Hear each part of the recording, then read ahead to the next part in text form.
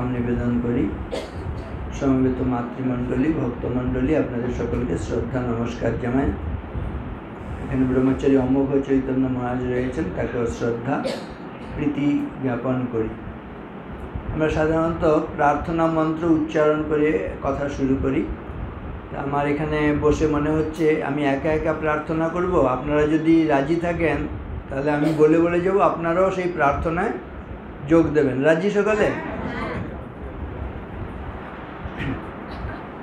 एकसंगे बोली।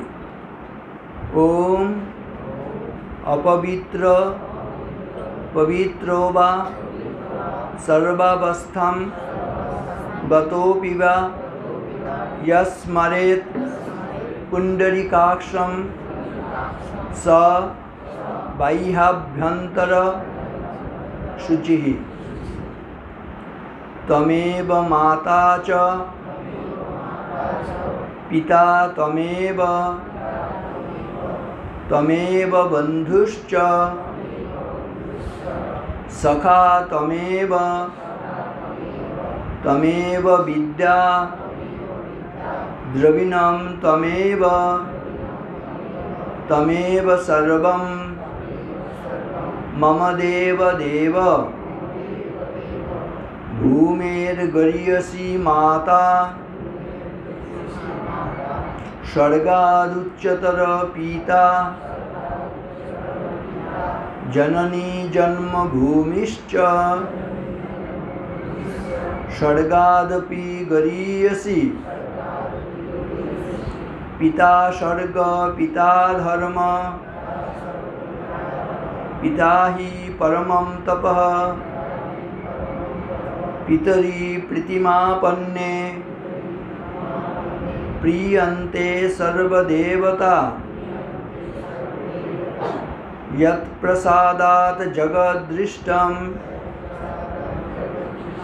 पूर्णकामो यदाशिषा। प्रत्यक्ष देवता वै मे तुभ्यं मात्रे नमो नमः। अहं नमामि वरदां ज्ञानदां त्वां सरस्वतीं। प्रयच्छ विमलां बुद्धिं प्रसन्ना भव सर्वदा। सरस्वती महाभागे विद्ये कमललोचने। विश्वरूपे विशालाक्षी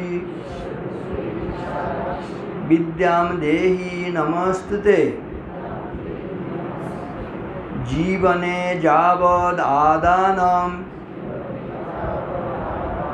स्यात् प्रदानं ततोऽधिकम्। इत्येषा प्रार्थनास्माकं भगवान् परिपूर्यताम्। स्वस्ति श्रद्धां यश प्रज्ञां विद्यां बुद्धिं श्रियं बलम्। आयुष्यं तेज आरोग्यं देहि मे हव्यवाहन। जे प्रार्थनागुलो उच्चारण करलाम सेगुलोर एकटू अर्थ बलार चेष्टा करछि। तारपरे जेमन जेमन मने हबे मा चिंता जोगाबेन भावना जोगाबेन तेमन तेमन बोलबो। आमरा प्रथमे पवित्रता प्रार्थना करेछि। पवित्रतार प्रतीक भगवान के शरण करेछि। ना अपवित्र पवित्रो वा सर्वावस्थां गतोऽपि वा यस्मरेत् पुंडरीकाक्षं स बाह्याभ्यंतर शुचिः। आमादेर बाह्य एवं अभ्यंतर बाइरेर एवं भेतरेर जेन शुद्धता आसे सेजন্য আমরা पुंडरीकाक्ष भगवान विष्णु हरि नारायण ताके शरण करछि। तिनि जेन आमादेर पवित्रता दान करें। केन पवित्रता दान বলা হয়েছে? মায়ের প্রণাম মন্ত্র আছে দেখবেন, পবিত্রম চরিতম যস্যা পবিত্রম জীবনম তথা পবিত্রতা স্বরূপিণ্যৈ তস্যৈ দেব্যৈ নমো নমঃ। এই পবিত্রতার শক্তি ভয়ঙ্কর। কথা হচ্ছিল, স্বামীবাবু বলছিলেন আমরা আজকে শক্তি প্রার্থনা করব। বলছে holiness is the highest and divinest power in earth and in heaven. স্বর্গ এবং মর্তের মধ্যে পবিত্রতার শক্তি হচ্ছে সবচেয়ে বেশি। Holiness is the highest and divinest power in earth and in heaven. স্বর্গ এবং মর্তের মধ্যে পবিত্রতার শক্তি সবচাইতে বেশি। সেজন্য এই পবিত্রতা যার যত বেশি হবে তিনি তত বেশি শক্তি সম্পন্ন।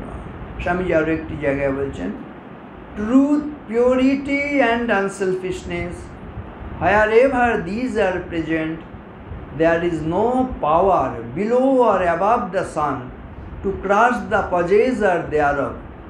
Equipped with these, one individual is able to face the whole universe in opposition.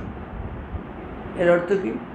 Truth, purity and unselfishness, সত্য, পবিত্রতা এবং নিঃস্বার্থপরতা। বলছে এই তিনটি যার মধ্যে আছে, সূর্যের নিচে এবং সূর্যের ওপরে এমন কোনো শক্তি নেই তাকে পরাভূত করতে পারে।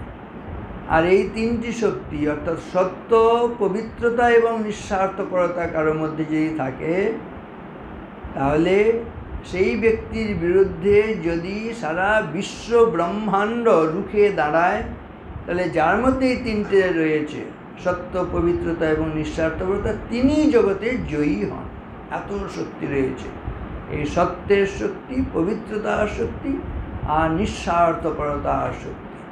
Truth, purity and unselfishness, wherever these are present, there is no power below or above the sun to crush the possessor thereof. যার মধ্যে তিনটি আছে, কেউ তাকে ধ্বংস করতে পারে না, চূর্ণ বিচূর্ণ করতে পারে না। আর equipped with these, one individual is able to face the whole universe in opposition. এই তিনটি শক্তি কারোর মধ্যে থাকলে বিশ্ব ব্রহ্মাণ্ড তার বিরুদ্ধে দাঁড়ালেও তিনি একা জয়ী হয়ে যান। এমন শক্তি, সত্য, পবিত্রতা এবং নিঃস্বার্থতা। স্বামীজির ভাবনায় 3P রয়েছে। আবার এই তিনটে পি যার মধ্যে আছে তার জীবনে সাফল্য আসবেই আসবে। তিনটে পি কি? Purity, patience and perseverance are the three essentials to success and above all love. তিনটে পি। পিওরিটি প্রথমেই বলছেন পবিত্রতা, 2 নম্বর পেশেন্স হচ্ছে ধৈর্য, অ্যান্ড পারসিভিয়ারেন্স মানে অধ্যবসায়। যার মধ্যে এই পবিত্রতা আছে, অধ্যবসায়, পরিশ্রম করার মানসিকতা আছে, ধৈর্য আছে, তিনি যে জীবনে সফল হবেন এতে কোনো সংশয় নেই। আমরা কতগুলো জিনিস চাই দেখবেন, বলছে সবগুলো আমাদের করায়ত্ত হয় যখন নাকি এই পবিত্র হই। পবিত্রতা মানে আর কিছুই না, দেখবেন সংযত জীবনযাপন যদি করি। সহজ কথায় সারদামা বলছেন সংযমে মানুষ দেবতা হয়। মানুষের কতটুকু শক্তি, দেবতার কত শক্তি। তাহলে এই দৈবী শক্তি আসে কিসের থেকে? সংযমে মানুষ দেবতা হয়, সংযমের মধ্য দিয়ে দেবতা আসে। সেজন্য বলছি সংযম করলে হয় শান্তিং, কান্তিম, স্মৃতিম, জ্ঞানম, আরোগ্যম চাপি সন্ততিম জয়িচ্ছতি মহদ্ধর্মম ব্রহ্মচর্যম সমাচরে। যদি আমরা এমন কেউ আছি যে মানে শান্তি চাই না, আমরা প্রত্যেকে শান্তি চাই, শান্তি পেতে হলে কী করতে হবে? সংযম অভ্যাস করো। কান্তি, আমার রূপটা কালো হতে পারে কিন্তু চাই আমার শরীরের মধ্যে একটা লাবণ্য থাকবে, একটা দীপ্তি থাকবে, একটা প্রভা থাকবে। এটা ম্লান হলে আমাদের ভালো লাগে না, একটা কান্তি থাকবে, একটা ঔজ্জ্বল্য থাকবে, দেখলেই মনে হবে না এই মানুষটার মধ্যে কিছু একটা শক্তি কাজ করছে যেন। আসলে কিসের শক্তি? ওই সংযমের শক্তি। সংযমের মধ্য দিয়ে কালো রূপের মধ্যেও দেখবেন অদ্ভুত একটা আকর্ষণ, একটা লাবণ্য বর্তমান থাকে। কান্তিম, শান্তিম, কান্তিম, স্মৃতিম। আমরা কি ভুলে যেতে চাই? না, এই স্মৃতি শক্তি একটা বড় শক্তি, মনে রাখার শক্তি। না, এই শক্তি আমাদের মধ্যে আসবে। শান্তিম, কান্তিম, স্মৃতিম। আর কি? জ্ঞানম। আমরা কেউ মূর্খ থাকতে চাই না, অবশ্যই জ্ঞান লাভ করতে চাই। এই জ্ঞান লাভ কখন সহজ হবে? যখন সংযত জীবন যাপন করব, তখন জ্ঞান লাভ অতি সহজ হবে। শান্তিম, কান্তিম, স্মৃতিম, জ্ঞানম। আর কি? আরোগ্যম চাপি সন্ততিম।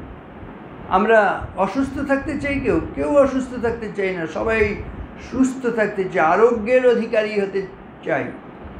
কখন আমাদের আরোগ্য লাভ হয় বা সুস্থ থাকা যায়? অসংযত জীবনযাপন করলে কিন্তু সুস্থ থাকা কঠিন। যে যত বেশি সংযত জীবনযাপন করবেন, তিনি তত বেশি সুস্থ থাকতে পারবেন, আরোগ্যের অধিকারী হতে পারবেন। তাহলে শান্তিং, কান্তিম, স্মৃতিম, জ্ঞানম, আরোগ্যম চাপি সন্ততিম।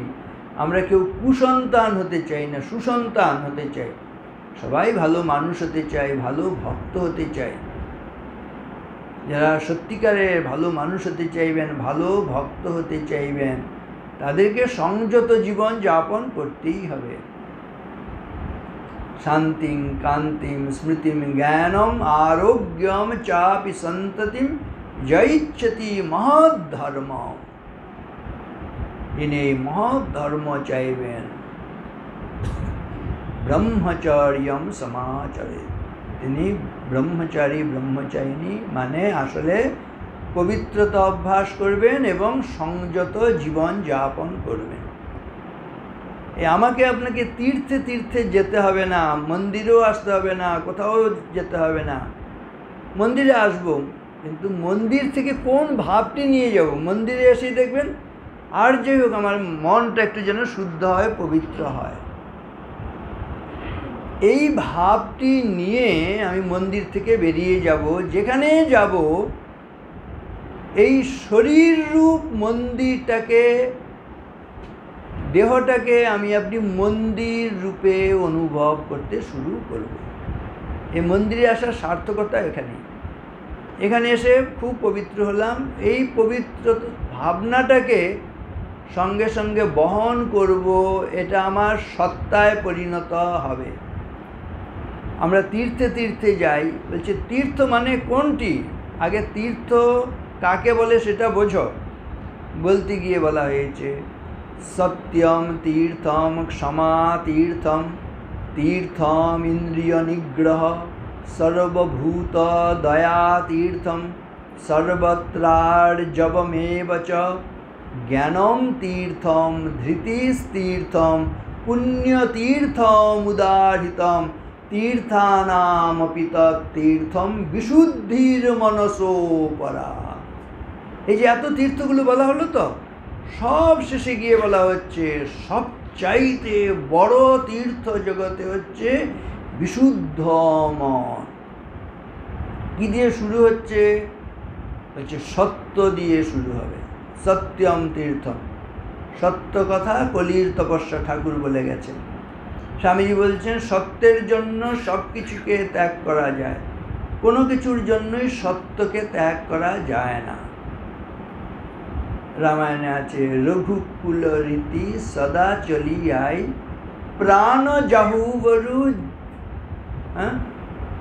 এই সত্য যেন বচনও না যায়। বচন মানে এখানে হচ্ছে সত্য বচন।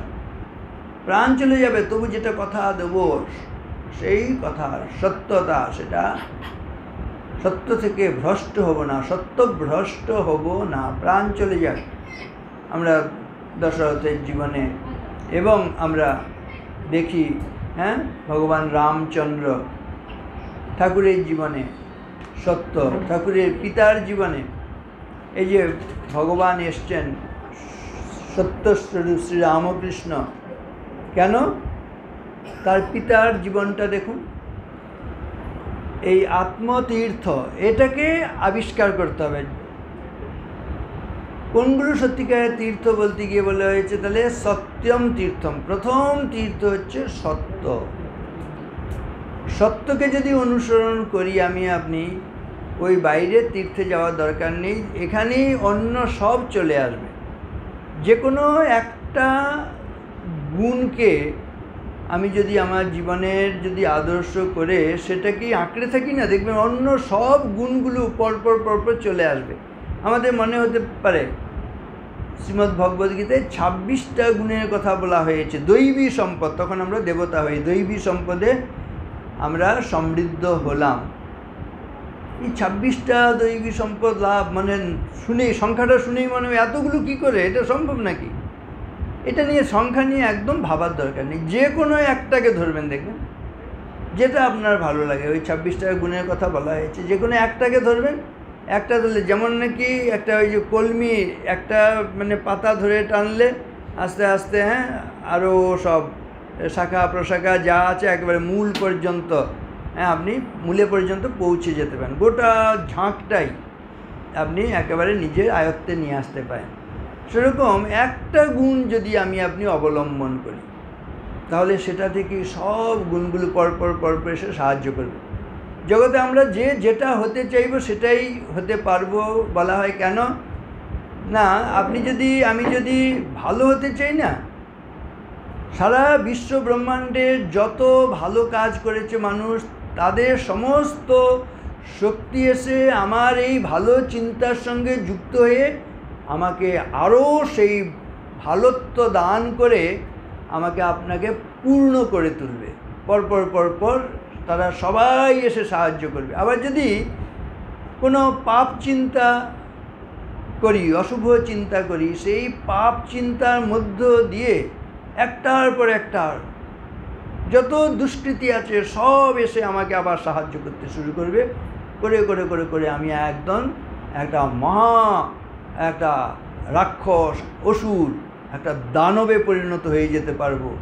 ওই একটা ছোট একটা মানে পাপ কর্ম দিয়ে যদি আমি শুরু করি, প্রথমে একটা পাপ কর্ম, তারপর আরেকটা করতে করতে করতে দেখবেন আমি একবারে পাপের সমষ্টি হয়ে যাব। সেই জন্য বলা হচ্ছে না, এই চিন্তা মানুষকে হচ্ছে আমাদের জীবনকে গড়ে তোলে। ওই ওয়াচ ফর্মুলা মাঝে মাঝে আমি বলি, ওয়াচ ফর্মুলাটা কীরকম? ওয়াচ মানে আমরা দেখুন, ওয়াচ দিয়ে ঘড়ি দিয়ে আমরা সময় দেখি, WTCH ওয়াচ। আবার ওয়াচ করা মানে লক্ষ্য করা, কোন কোন জিনিস আমাদের লক্ষ্য করতে হবে, ওয়াচ করতে হবে। কোন কোন জিনিস ওয়াচ করব বলতে গিয়ে বলেছে WATCH, এই কথাটি মনে রাখবে। W দিয়ে তুমি ওয়ার্ডকে মনে রাখবে। ওয়ার্ড মানে কি কথা বলছি সেদিকে লক্ষ্য রাখবো। Watch formula, W for word, কি কথা বলছি সেদিকে লক্ষ্য রাখবো। ভালো কথা বলছি না খারাপ কথা বলছি, আমি শ্লীল কথা বলছি না অশ্লীল কথা বলছি, আমি কাউকে আঘাত দিয়ে কথা বলছি না কাউকে সম্মান দিয়ে কথা বলছি, শ্রদ্ধার সঙ্গে কথা বলছি। আর বলা হয়েছে no sword bite so fiercely as an evil tongue.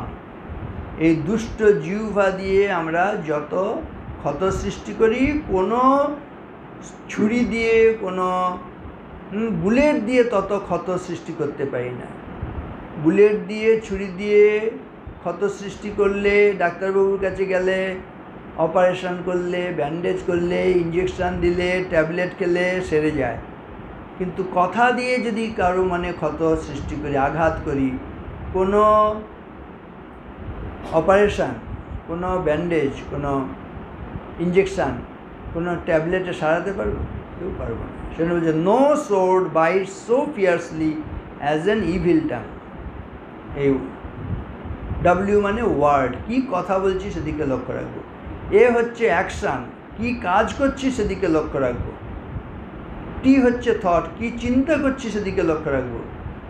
C হচ্ছে ক্যারেক্টার, কীরকম চরিত্র তৈরি হচ্ছে সেদিকে লক্ষ্য রাখবো। H হচ্ছে হ্যাবিট, কেমন অভ্যাস তৈরি হচ্ছে সেদিকে লক্ষ্য রাখবো। এই ওয়াচ ফর্মুলা। আচ্ছা, ওয়াচ ফর্মুলা মানে আসলে বিচার ছাড়া কিছু নয়। শ্রীরামকৃষ্ণ বলছেন, যার মান আচার হুঁশ আছে তিনি হচ্ছেন সত্যিকারের মানুষ। এই ওয়াচ ফর্মুলার মধ্যে দেখবেন ওই হুঁশটা আছে কি না। এবারে যে ওয়াচ ফর্মুলা বলা হলো, এটাকে একটু গুছিয়ে নিতে হবে।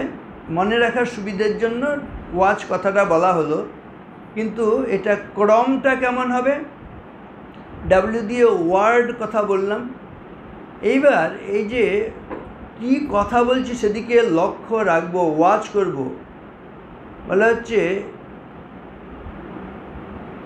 কথা বলার আগে কি করি দেখবেন, কথা বলার আগে আমরা চিন্তা করি। যেমন চিন্তা করি তেমন মুখ দিয়ে কথা বলি, যেমন মুখ দিয়ে কথা বলি সেরকম হাত দিয়ে কাজ করি। হাত দিয়ে যেমন কাজ করি তেমন অভ্যাস তৈরি হয়, যেমন অভ্যাস তৈরি হবে তেমন আমার চরিত্র তৈরি হবে, যেমন চরিত্র তৈরি হবে তেমন ভাগ্য তৈরি হবে। আজকে যদি আমার আপনার দুর্ভাগ্য হতে থাকে, দেখবেন নিশ্চয়ই আমি কুচিন্তা করেছিলাম। দুর্ভাগ্য হচ্ছে আর হচ্ছে দুর্ভাগ্য মানে আসলে দেখবেন নরক ভোগ হচ্ছে। এই যে আজকে নরক ভোগ কেন হচ্ছে, দুর্ভাগ্য কেন হয়েছে, উৎসটা দেখবেন নিশ্চয়ই কুচিন্তা করেছিলাম। আর কুচিন্তা কখন করি সেটাও একটু চিন্তা করুন, দেখবেন যখন কুসঙ্গ করি তখন কুচিন্তা করি। তাহলে সেজন্য বলা হয় কুসঙ্গত্বে কুবুদ্ধি স্যাৎ, কুবুদ্ধেশ্চ কুচেষ্টিতম, কুচেষ্টাত ভবেত প্রাণী বিপদাম ভাজনম পুনঃ। কুসঙ্গ করলেই আমার আপনার বারবার শুনতে শুনতে কুমন্ত্রণা দিচ্ছে তো কানে, শুনতে শুনতে মনে হবে না ও এটা এমন কিছু বুঝি খারাপ নয়। বারবার শুনতে শুনতে ওইটাই মানে একটা আমার যেন তাতে একটা প্রীতি আসতে শুরু করবে, মনে হবে এমন কিছু খারাপ না। এইবার কুসঙ্গত্বে কুবুদ্ধি স্যাৎ, কুসঙ্গ করলে কুমন্ত্রণা পেতে পেতে আমি ওই কুচিন্তা শুরু করে দিলাম, মনের মধ্যে কুচিন্তাটা এসে গেল। কুচিন্তা করতে করতে হাত দিয়ে কুকাজ করা শুরু হবে, মুখ দিয়ে কথা বলা শুরু হবে। কথা বলতে বলতে কাজ করতে করতে অভ্যাস করতে করতে চরিত্র মানে দুশ্চরিত্র। Man is the maker of his own fortune. দুশ্চরিত্র হলে দুর্ভাগ্য হবেই হবে, নরক যন্ত্রণা হবেই হবে। সেজন্য আমরা কেউ নরক যন্ত্রণা চাই না, দুর্ভাগ্য চাই না। আমরা দেখবেন সৌভাগ্য চাই এবং নরকের বদলে স্বর্গ সুখ চাই।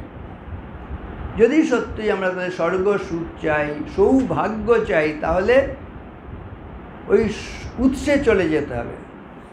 ওই কুসঙ্গের জায়গায় মূল কথা সৎসঙ্গ। সৎসঙ্গত্বে নিঃসঙ্গত্ব, নিঃসঙ্গত্বে নির্মোহত্ব, নির্মোহত্বে নিশ্চলতত্ত্ব, নিশ্চলতত্ত্বে জীবন মুক্তি। আমরা কেউ বন্ধন চাই, দাসত্ব চাই, কেউ দাসত্ব ভালোবাসি না। দেখবেন আমাদের কষ্ট কেন, আমরা দাসত্ব করছি, বন্ধনের মধ্যে পড়ে রয়েছি। কিসের দাসত্ব না, মনিবের দাসত্ব, অর্থের দাসত্ব, বিত্তের দাসত্ব, নাম যশের দাসত্ব, ইন্দ্রিয়ের দাসত্ব। দেখবেন যতক্ষণ পর্যন্ত আমার আপনার দাসত্ব থাকছে, অধীন হয়ে থাকছি, কেউ আমাকে আপনাকে বেঁধে রেখেছে, ততদিন পর্যন্ত শান্তি নেই, আনন্দ নেই। এই বন্ধন থেকে যখন মুক্ত হব তখন শান্তি। সেজন্য ঠাকুরের যে প্রণাম মন্ত্র আছে দেখবেন সেখানে বলে সংসারার নব ঘোরে য কর্ণধার স্বরূপক নমস্তু রামকৃষ্ণায় তস্मै শ্রী গুরবে নমঃ। অদ্ভুত সুন্দর এই সংসার, ভয়ঙ্কর সংসার, দুর্বার সংসার দাবাগ্নিতপ্তম দধূয়মানম দুরদৃষ্টবাতৈ ভীতম প্রপন্নম পরিপাহি মৃত্যু শরণ্যমন্ন তদহম ন জানে। দুর্বার সংসার দাবাগ্নিতপ্তম। এই সংসারে বলছে দাবাগ্নি জ্বলছে। এমনি আগুনেই কত কষ্ট হয়, একটু সাধারণ একটু গরম জল পড়ে গেলেই তাতে আমাদের ছ্যাঁকা লেগে যাচ্ছে, আগুন হলে আরও কি ভয়ঙ্কর, আর সেখানে দাবাগ্নি হলে আর বাঁচার কোনো উপায় থাকে না। সংসারে বলছে এরকম দাবাগ্নি চলছে। দুর্বার সংসার দাবাগ্নিতপ্ত দধূয়মানম দুরদৃষ্টবাত, তার মধ্যে আবার দুর্ভাগ্যের বাতাস। এমনি আগুন জ্বলছে, ছোট আগুন হলে বাতাস এসে তাকে নিভিয়ে দেয়, যেন শত্রুতা করে, নিভিয়ে দেয়। কিন্তু যদি দাবাগ্নি হয় বাতাস এসে শত্রুতা করে কি না, মিত্রতা করে, দেখবেন আরও বাড়িয়ে দেয়। তাহলে এমনি দাবাগ্নি জ্বলছে, তার মধ্যে দুর্ভাগ্যরূপ বাতাস এসে আমাদের যে যন্ত্রণাটা না, দাবদাহ, সেটাকে বাড়িয়ে দিচ্ছে। এই দাবদাহ চলছে, সেজন্য কী করতে হবে?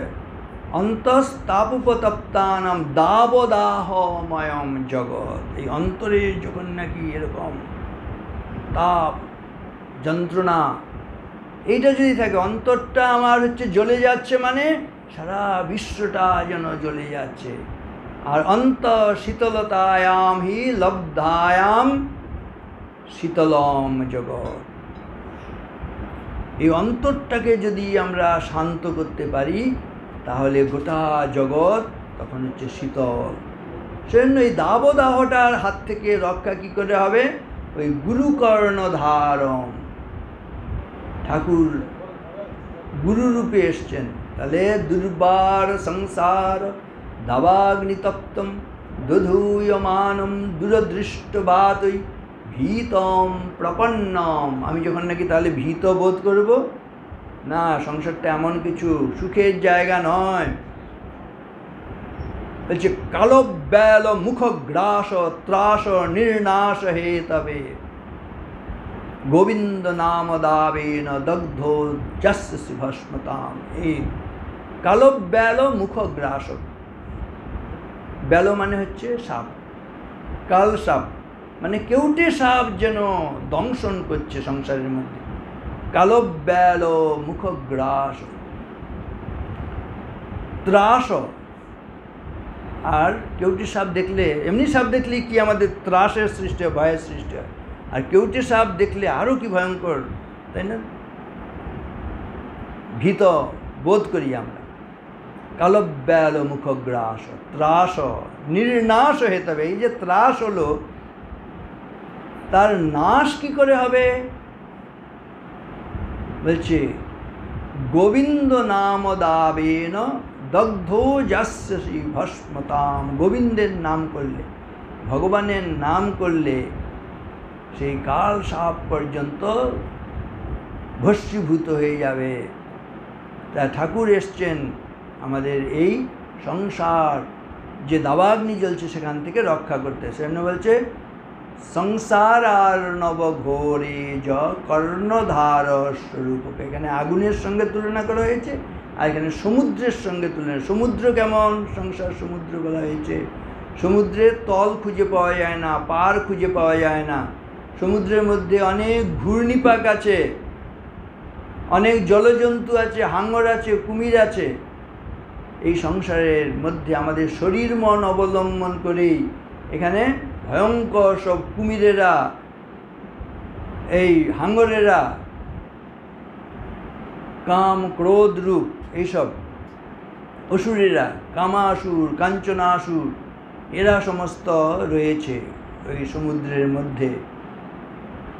এদের কবলে পড়ে গেলে আর রক্ষা নেই। কিন্তু কোনো কারণে, কোনোভাবে সৌভাগ্য হলে, বলা হচ্ছে কোনো দক্ষ নাবিক যদি জাহাজ নিয়ে এসে উপস্থিত হন, তখন আমাদের উদ্ধার হয়। এ যুগে ভগবান শ্রীরামকৃষ্ণ সেই দক্ষ নাবিক, তিনি এসেছেন। ওরে তোরা কে কোথায় আছিস আয় বলে হাঁক দিয়েছেন না। তিনি কেন এসছেন? বিশ্বের ক্রন্দন বিচলিত নারায়ণ আঁখি তার অশ্রুতে ভরিল, গোলকে হলো না ঠাঁই, শিবজটাবাহী তাই শতধারা ধরণীতে ঝরিল। এই ত্রাহি ত্রাহি রব করছে। তিনি লক্ষ্য করেছেন কলকাতার মানুষগুলো ওই নর্দমার কীটের মতন যেন তারা কিলবিল করছে, তাদের উদ্ধার হবার কোনো উপায় নেই। সেই জন্য তিনি এই অনুভূতি নিয়ে এলেন, কোনু সস্যাদ উপায় অত্র ইয়ে না হম সর্বদেহীনাম অন্তঃ প্রবিশ্য সততম ভবেয়ম দুঃখ ভার ভাগ। এমন কি কোনো উপায় নেই যার দ্বারা আমি এই যে দুঃখী তাপী সংসারের মানুষগুলো রয়েছে তাদের অন্তরে প্রবেশ করে তাদের দুঃখটাকে আমি নিজে ধারণ করব আর তাদেরকে একটু শান্তি দেবো, একটু আনন্দ দেব। কে হরি নারায়ণ ভগবান বলতে গিয়ে বলে অন্য দুঃখে ন যো দুঃখী, যো অন্য হর্ষে ন হর্ষিত, স এব জগতাম ঈশ নর রূপ ধরো হবি হরি। অন্য দুঃখে ন যো দুঃখী, যিনি অন্যের দুঃখে দুঃখী। শ্রীরামকৃষ্ণ আমাদের দুঃখে দুঃখী, আমাদের সুখে সুখী হয়ে এসেছেন। অন্য দুঃখে ন যো দুঃখী, যো অন্য হর্ষে ন হর্ষিত। হর্ষ মানে আনন্দ, আমাদের আনন্দে তিনি আনন্দিত। স এব জগতাম ঈশ, তিনি জগতের ঈশ্বর। নররূপ ধরো হরি, নররূপ ধরে হরি আসেন। কেন? এই জগৎবাসীর দুঃখে দুঃখী হয়ে, জগতের মানুষের সুখে সুখী হয়ে তিনি আসেন। এই যুগে শ্রীরামকৃষ্ণ সেই দয়ার শরীর নিয়ে তিনি অধম তারণ হয়ে এসেছেন আমাদের উদ্ধার করার জন্য। শুধুমাত্র যদি আমরা একটি বার তার শরণ নিই তাহলে হচ্ছে সব সমস্যার সমাধান। কিন্তু আমরা মনে হচ্ছে সংসারে আছি, বেশ ভালোই আছি, কিন্তু ভালো নেই এটা আগে বুঝতে হবে প্রথমে। গীতাতে আছে দেখবেন, অর্জুন বিষাদ যোগ। যতক্ষণ পর্যন্ত ওই বিষাদ না এসছে ততক্ষণ পর্যন্ত কি আমরা গীতা পেয়েছি? ওই বিষাদ এসছে, কুল কিনারা নেই, তাহলে আমার কি করে রক্ষা হয়? এই যখন নাকি আমরা এরকম বিপদে পড়ি তখন। সেজন্য বলা হচ্ছে বিপদটা আমাদের জীবনের বন্ধু এক রকমের। সেজন্য দেবী কুন্তী তার অদ্ভুত রকম প্রার্থনা। আমরা মান যশ টাকা পয়সা ধন রত্ন গাড়ি বাড়ি এগুলো জাগতিক সব সুখের জিনিস চাই, কিন্তু কুন্তী দেবী অদ্ভুত সাধিকা, ভগবান নিজে এসে বলছে কী চাই তোমার বলো? তিনি বলছেন বিপদ সন্তু মে শস্য তত্র তত্র জগদ্গুরু ভবতো দর্শনম যস্যাদ অপুনর ভব দর্শনম। আমার জীবনে শুধু বিপদ লাগিয়ে দাও। কি প্রার্থনা না! আমরা সবাই বলি আমাকে সম্পদ দাও, আর উনি বলছেন না আমাকে বিপদ দাও। কেন? আসল লক্ষ্যটা হচ্ছে তাকে লাভ। কখন লাভ হবে? বলছি বিপদ হলে, বিপদে মধুসূদন আমি তখন তোমাকে ডাকবো, তোমাকে ডাকলে তুমি না এসে পারবে না, আর তুমি যদি আমার কাছে আসো তাহলে তো আমার সব শান্তি আনন্দ। এই হচ্ছে লজিকটা, হচ্ছে বিপদ সন্তু মে শস্য তত্র তত্র জগদ্গুরু ভবতো দর্শনম যস্যা। বিপদ হলে তোমাকে ডাকবো, ডাকলে তুমি না এসে পারবে না, তুমি এসে আমাকে দর্শন দেবে, আর দর্শন করলে অপুনর ভব দর্শনম, আমাকে আর নতুন করে তখন তোমার দর্শন পেয়ে যাও মানে তো মুক্তি, তখন ফ্রিডম। আর মুক্তি হয়ে গেলে আমাকে জন্ম মৃত্যুর চক্রের মধ্যে বারবার আসতে হবে না। সেটা হচ্ছে অপুনর ভব দর্শনম, আমাকে পুনরায় এসে আর ভব দর্শন করতে হবে না। কেন এই ভবদর্শনে এত ভয়? বলছি জগতের দিকে একবার তাকিয়ে দেখো কীরকম চলছে জগৎটা। কতগুলো বাস্তব উদাহরণ দিচ্ছে, আমরা জানি সব, কিন্তু দেখেও কিন্তু আমরা শিক্ষা নিচ্ছি না। মনে হচ্ছে ওটা তো অন্য কারো হচ্ছে, আমার জীবনে আমি বেশ ভালোই আছি, আমার কিন্তু কোন দিন কখন আমার জীবনেও কোনভাবে ওই সম্পদের রূপ নিয়ে এসে বিপদ চলে আসবে, আনন্দের রূপ ধরে এসে আমাদের এই কষ্টে নিরানন্দের মধ্যে ফেলে দেবে, সেজন্য প্রথম থেকেই তুমি সাবধান হয়ে যাও। 6টা উদাহরণ দিচ্ছে, বলছে ষড়েতে হি অবমান্যন্তে নিত্যম পূর্বোপকারিণাম। 6টা মানুষ, জগতের চিত্রটা বোঝাচ্ছে, যেটা সুখের জায়গা নয়, ভালো করে চিন্তা করে দেখো কীরকম। ষড়েতে হি অবমান্যন্তে নিত্যম পূর্বোপকারিণাম। উপকার পেয়ে উপকারীকে অস্বীকার করে 6জন লোক। ভালো করে বলছে চিন্তা করে দাও কীরকম। বলছে আচার্যম শিক্ষিতা শিষ্যা। এমন কোনো গুরু আছে যে গুরু কিনা তার নিজের শিষ্যদের দ্বারা কোনো না কোনো দিন অপমানিত হননি? খুঁজে পাবেন না, বাস্তব চিত্র এটা। এমন কোনো মাস্টারমশাই আছেন, শিক্ষক আছেন, তারই ছাত্ররা কোনো না কোনো দিন তাকে অপমান করেনি? সেটা হচ্ছে আচার্যম শিক্ষিতা শিষ্যা। তাহলে মাস্টারমশাইরা তারা ছাত্রদের দ্বারা অপমানিত হয়। এই খুঁজলে দেখবেন স্কুলে স্কুলে, কলেজে কলেজে, বা এই আশ্রম মঠ মন্দির যেখানে দেখবেন অনেক সময় নিজের শিষ্য গুরুকে ঠিক মতন শ্রদ্ধা করে না, অপমান করে দেয়। আচার্যম শিক্ষিতা শিষ্য কৃতদারাংশ্চ মাতরম। বলছে ছেলেরা মাকে শ্রদ্ধা ভক্তি করে, কিন্তু কৃতদার হলে, বিয়ে করার পরে তার মাথাটা কেমন যেন ঘুরে যায়, আর সে মাকে আগের মতন আর সেই চোখে দেখে না, শ্রদ্ধা ভক্তি নেই, তার মাথা কোথায় ঘুরে গেল, কি হয়ে গেল। কৃতদারাংশ্চ মাতরম নারীং বিগত কামাশ্চ।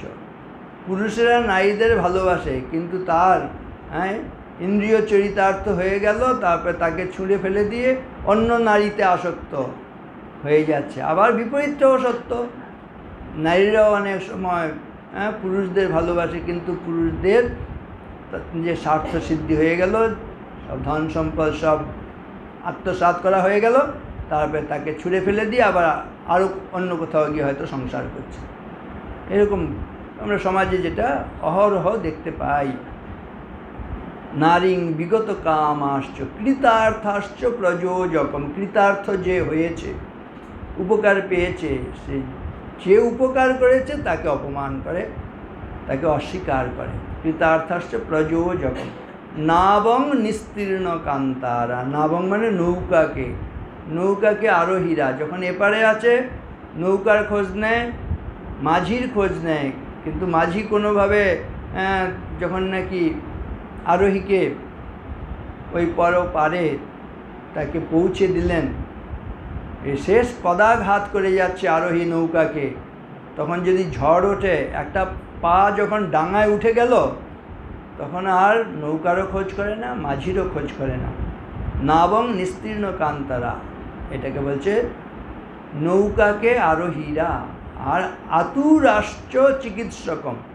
আতুর হচ্ছে রুগীরা ডাক্তারবাবুকে, যখন রোগ হয় ডাক্তারবাবু আপনি ভগবান বাঁচান, যদি বেঁচে গেল ডাক্তারবাবুকে ভিজিট দিতে হবে, সেটা দিতে ভুলে যায়। আর যদি কোনো কারণে রুগী মরে যায়, তাহলে ডাক্তারবাবুকে রুগী চিতার সঙ্গে বেঁধে তাকে পুড়িয়ে মারার চেষ্টা হয়। এই একেবারে জ্বলন্ত উদাহরণ, ছখানা, কেউ অস্বীকার করতে পারবো? বলছে তাহলে ষড়েতে হি অবমান্যন্তে নিত্যম পূর্বোপকারিণম আচার্যম শিক্ষিতা শিষ্যা কৃতদারাংশ্চ মাতরম নারীং বিগত কামাশ্চ আতুরাশ নাবং নিস্তীর্ণ কান্তারা আতুরাশ্চ চিকিৎসকম।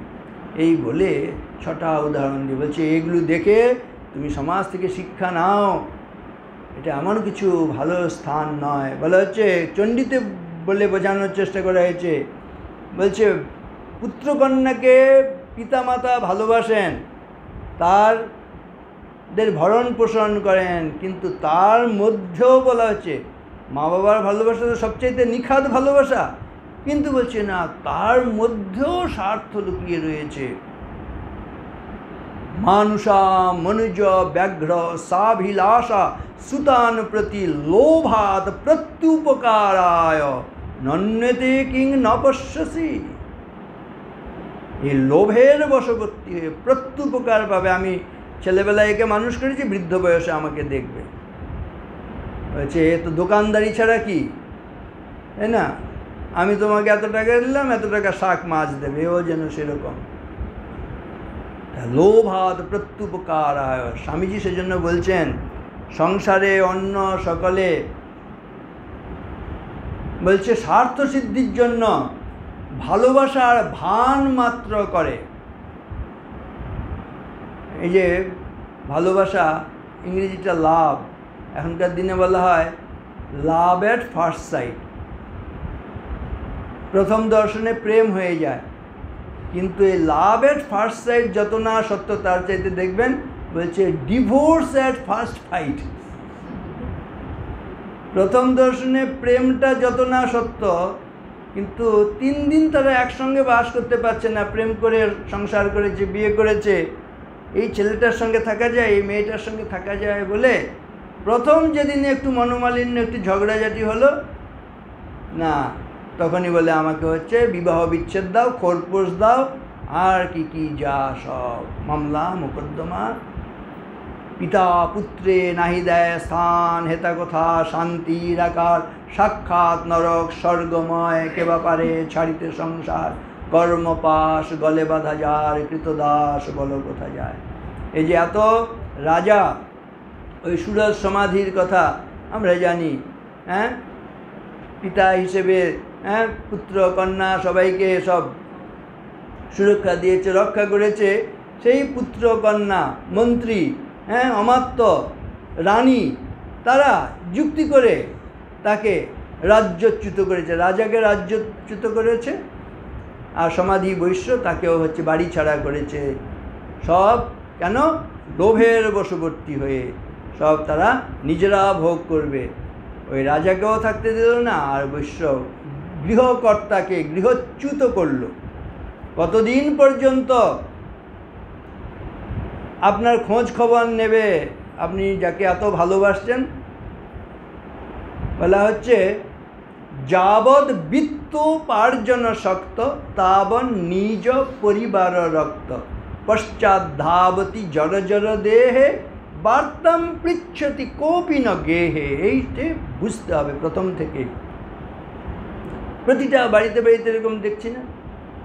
যাবৎ বিত্তোপার্জন শক্ত, যতদিন পর্যন্ত আপনি অর্থবিত্ত উপার্জন করতে পারবেন, আর উপার্জন করে অন্যের সব বাড়ির লোকেদের ভরণ পোষণ করতে পারেন, কিছু দিতে পারবেন, সে অর্থবিত্ত অন্য কোনো কাজকর্ম দিয়েই হোক, যতক্ষণ পর্যন্ত অন্যকে দিতে পারবেন ততদিন পর্যন্তই আপনার খোঁজ নেবে।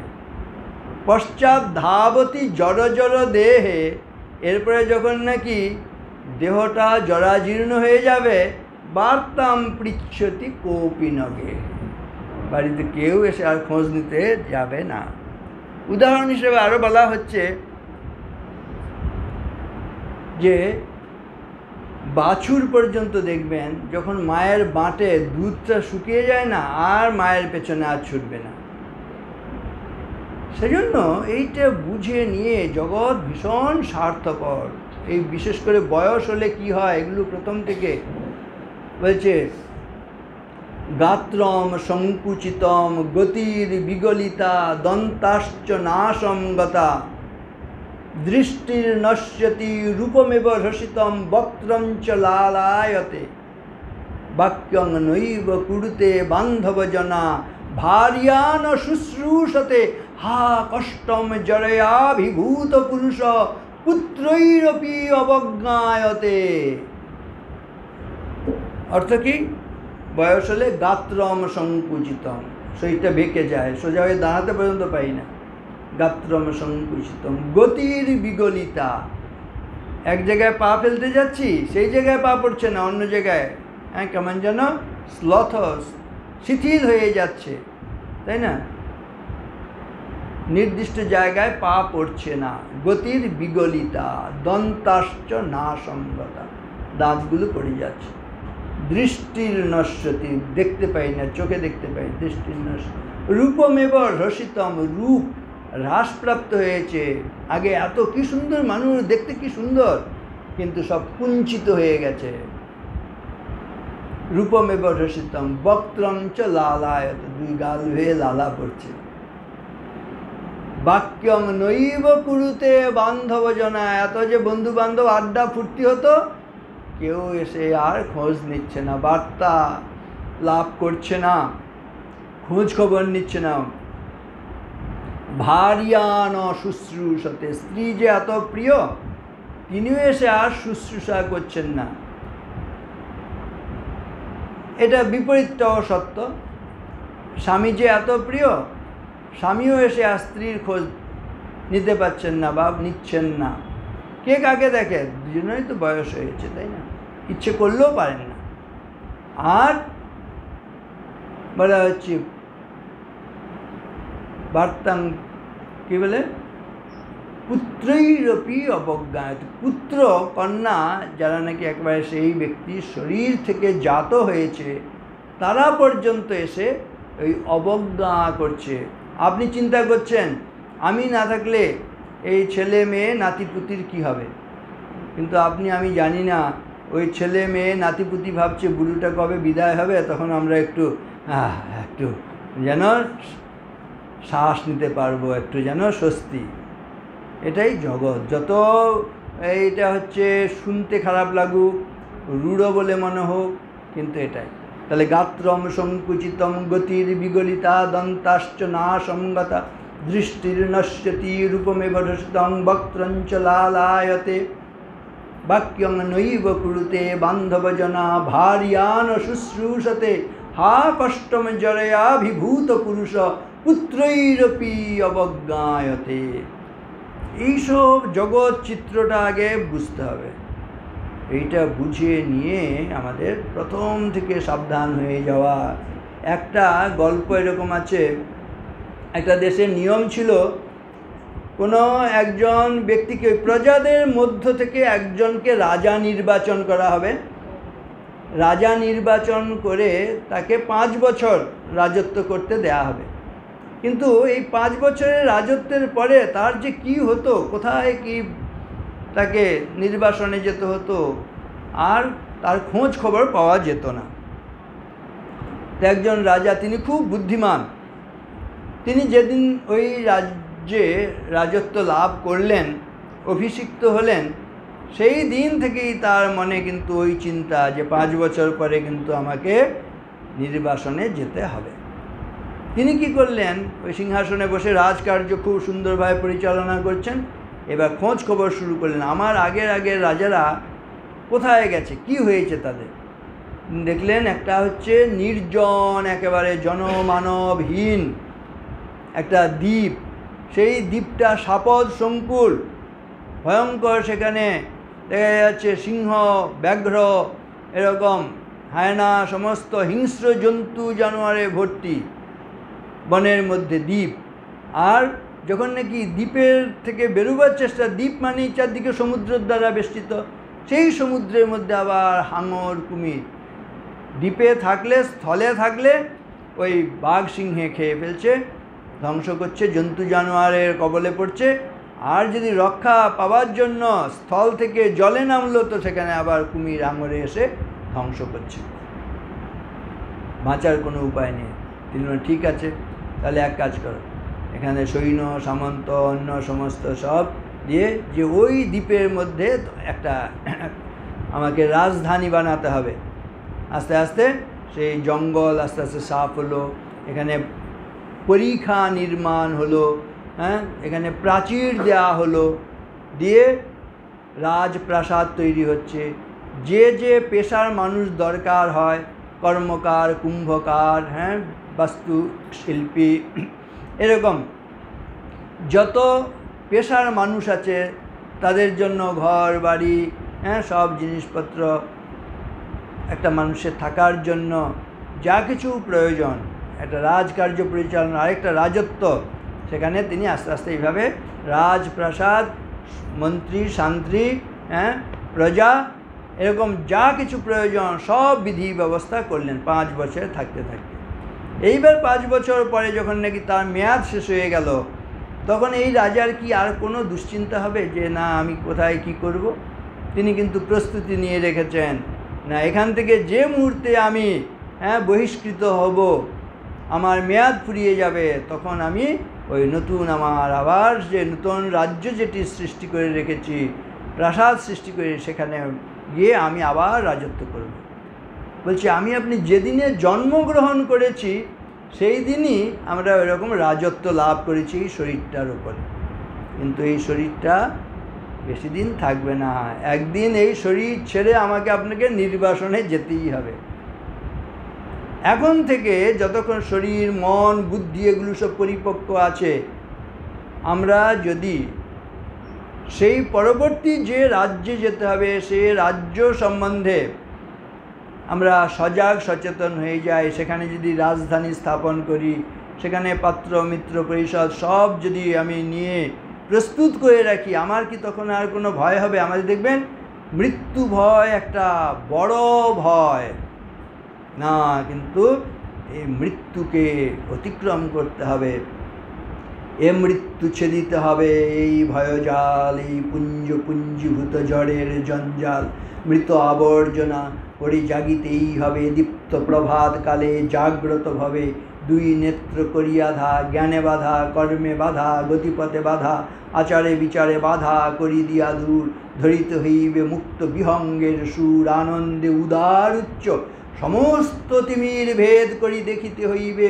ঊর্ধ্ব শির এক পূর্ণ জ্যোতির্ময়ে অনন্ত ভুবনে, ঘোষণা করিতে হবে অসংশয় মনে, ওগো দিব্যধামবাসী দেবগণ যত, মোরা অমৃতের পুত্র তোমাদের মতো। এই উপলব্ধিটা আসতে হবে, না আমি আপনি অজর অমর, অমৃতের পুত্র, অমৃতের অধিকারী, আমরা মৃত্যুর বশবর্তী নই। সচ্চিদ আনন্দ আমি সৎস্বরূপ, সৎস্বরূপ মানেই হচ্ছে অস্তিত্ব, আমার কোনো দিন ধ্বংস নেই, চিৎস্বরূপ অনন্ত জ্ঞানের অধিকারী, আমার মধ্যে অজ্ঞান বলে কিছু নেই, আনন্দস্বরূপ আমার মধ্যে নিরানন্দ দুঃখ বলে কিছু নেই। এইটা যতক্ষণ না উপলব্ধি হচ্ছে ততক্ষণ পর্যন্ত আমাদের প্রয়াস। ঠাকুর মা স্বামীজি এই উপলব্ধিটা দেবার জন্য এসছেন, না চাইতেই তাই তিনি বলে রেখেছেন, আশীর্বাদ করি তোমাদের চৈতন্য হোক। এই অচেতন হয়ে পড়েছিলাম, শুধু কি চাইছি না মান যশ টাকা পয়সা গাড়ি বাড়ি এই সংসারের জিনিস, না যা চাইছি তাই পাচ্ছি, পাওয়ার পরে কি শান্তি হচ্ছে? বলছে ফাল্গুন রাতে দক্ষিণ বায়ে কথা দিশা খুঁজে পাই না, যাহা চাই তাহা ভুল করে চাই, যাহা পাই তাহা চাই না। অদ্ভুত, শুধু চাওয়া পাওয়ার পেছনে ছুটছি, কিন্তু দেখুন আমরা যা চাইবো তাই পাবো, পাওয়ার পরে কি শান্তি হয় না? আরও বেশি অশান্তি, আরও আশা বেড়ে যায়। বলছে একটা বড় জিনিসের নাম করো তো। বলছে হ্যাঁ পাহাড় একটা বড় জিনিস। হ্যাঁ ঠিক বলেছ, পাহাড়ের চাইতে বড় জিনিস কিছু আছে? বলছে হ্যাঁ সাগর আরও বড় জিনিস। আরও বড় জিনিস কিছু আছে? বলছে হ্যাঁ আকাশ আরও বড় জিনিস। তাহলে পাহাড়, সাগর, আকাশ, তারপরে আর কিছু বড় জিনিস খুঁজে পাচ্ছি না। তবে ব্রহ্ম আরও বড় জিনিস। আচ্ছা আর কিছু? না আর কিছুই খুঁজে পাচ্ছি না। তখন বলা হচ্ছে না দেখো আরও একটা জিনিস আছে, সেটা হচ্ছে বাসনা, আশা হচ্ছে আরও বড় জিনিস। গিরির মহান গিরের অবধি, মহান অবধে নভ মহৎ, নভ সোপি মহৎ ব্রহ্ম, ততোপি আশা গরীয়সি। এই বাসনাটা এত ভয়ঙ্কর জিনিস। বলছে গিরির মহান, গিরি মানে পাহাড়, অনেক বড় জিনিস। গিরের অবধি, এই পাহাড়ের চেয়ে অবধি মানে সাগর আরও বড়। তাহলে গিরির মহান গিরের অবধি, মহান অবধে নভ মহৎ, সাগরের চাইতে নভ মানে আকাশ আরও বড়। নভ সোপি মহৎ ব্রহ্ম। বলছে ব্রহ্ম সেটা দেখবেন পাহাড়ে আছে, সাগরে আছে, আকাশে আছে, সব জায়গায় ব্রহ্ম সর্বব্যাপী বলি। বলছে হ্যাঁ ঠিক। তাদের কিন্তু বলছে আর কি আছে? আর কিছু যখন খুঁজে পাচ্ছে না তখন বলা হচ্ছে না ততোপি আশা অর্থাৎ ব্রহ্মের চাইতেও যেন এই আশা বাসনাটা বড়। এই সারাদিন রাত 24 ঘন্টা শুধু ছুটছি, শব্দ স্পর্শ রূপ রস গন্ধ, চক্ষু কর্ণ নাসিকা জিহ্বা ত্বক সব ছুটছে, শব্দ স্পর্শ রূপ রস গন্ধ, এদিকে ছুটতে ছুটতে ক্লান্ত শ্রান্ত বিধ্বস্ত হয়ে যাচ্ছি। नाभ कमल में है कस्तूरी कैसा भरम मिटे पशुकारे, बिना सद्गुरु नर ऐसा ही ढूंढे जैसा मृग फिरे वनकारे। এই হরিণটার মতো আমাদের অবস্থা। কোথা থেকে সুগন্ধ আসছে, হরিণটা দৌড়ে বেড়াচ্ছে, ছুটে বেড়াচ্ছে, আর দৌড়তে গিয়ে শিংগুলো বাঁধছে, পাগুলো লতায় পাতায় বেঁধে যাচ্ছে, তখন বাঘ সিংহ এসে আক্রমণ করছে, সে ধ্বংস হয়ে যাচ্ছে। আমরাও আনন্দ পাবো বলে ওই শব্দ স্পর্শ রূপ রস গন্ধ এই বাইরের দিকে ছুটছি, আর দিয়ে আমরা বিধ্বস্ত হচ্ছি, ধ্বংস হয়ে যাচ্ছি। যদি জানতাম না আনন্দ হচ্ছে আমার ভেতরে, হরিণটা যদি জানতো ওই সুগন্ধ বাইরে থেকে আসে না, তার নাভির মধ্যে, নাভ কমল মে হ্যায় কস্তুরী, কস্তুরীর সেটা তার নাভির নিজের মধ্যেই রয়েছে, তাহলে সে বাইরে ছুটতে গিয়ে এরকম বাঘ সিংহের পাল্লায় পড়তো না। আমরাও মানুষ হয়েও এত যে আমাদের মধ্যে বিচার বিবেক দিয়েছেন, সেই বিচার বিবেককে বর্জন করে আমরা সেই পশু ভাব নিয়ে, জৈবিক ভাব নিয়েই আছি। এটাই হচ্ছে আমাদের সবচাইতে দুর্ভাগ্য। জৈবিক ভাব নিয়ে আছি কেন? আমরা অচৈতন্য হয়ে আছি, অজ্ঞান হয়ে রয়েছি। সেজন্য ঠাকুর এসে বলছেন, আশীর্বাদ করি তোমাদের চৈতন্য হোক। মানুষকে যার মধ্যে মান আছে আর হুঁশ আছে, বলা হচ্ছে কাম ক্রোধশ্চ লোভশ্চ দেহে তিষ্ঠন্তি তস্করা জ্ঞান রত্নম অপহারী তস্মাৎ জাগ্রত জাগ্রত। এই শরীরের মধ্যেই কামাসুর ক্রোধাসুর এগুলো সমস্ত থেকে এরা অসুর হলে ধ্বংস করে দেয়, ডাকাত হলে হচ্ছে সব সম্পদ নিয়ে নেয়। আমাদের শরীরের মধ্যে যে ডাকাতগুলো এই কাম ক্রোধ, এরা কি করছে না, আমাদের জীবনের যে সবচাইতে মহাসম্পদ, মানুষের জীবনের সবচাইতে বড় সম্পদ কোনটা দেখবেন? বিচার বিবেক, হুঁশ। ওই বিচার বিবেকটাকে নিয়ে নেয়। বিচার বিবেক নিয়ে নেওয়া মানে মানুষ আর মানুষ থাকে না, মানুষ তখন পশু হয়ে যায়, রাক্ষস হয়ে যায়, দানব হয়ে যায়। তখন হচ্ছে মানুষ কি করে?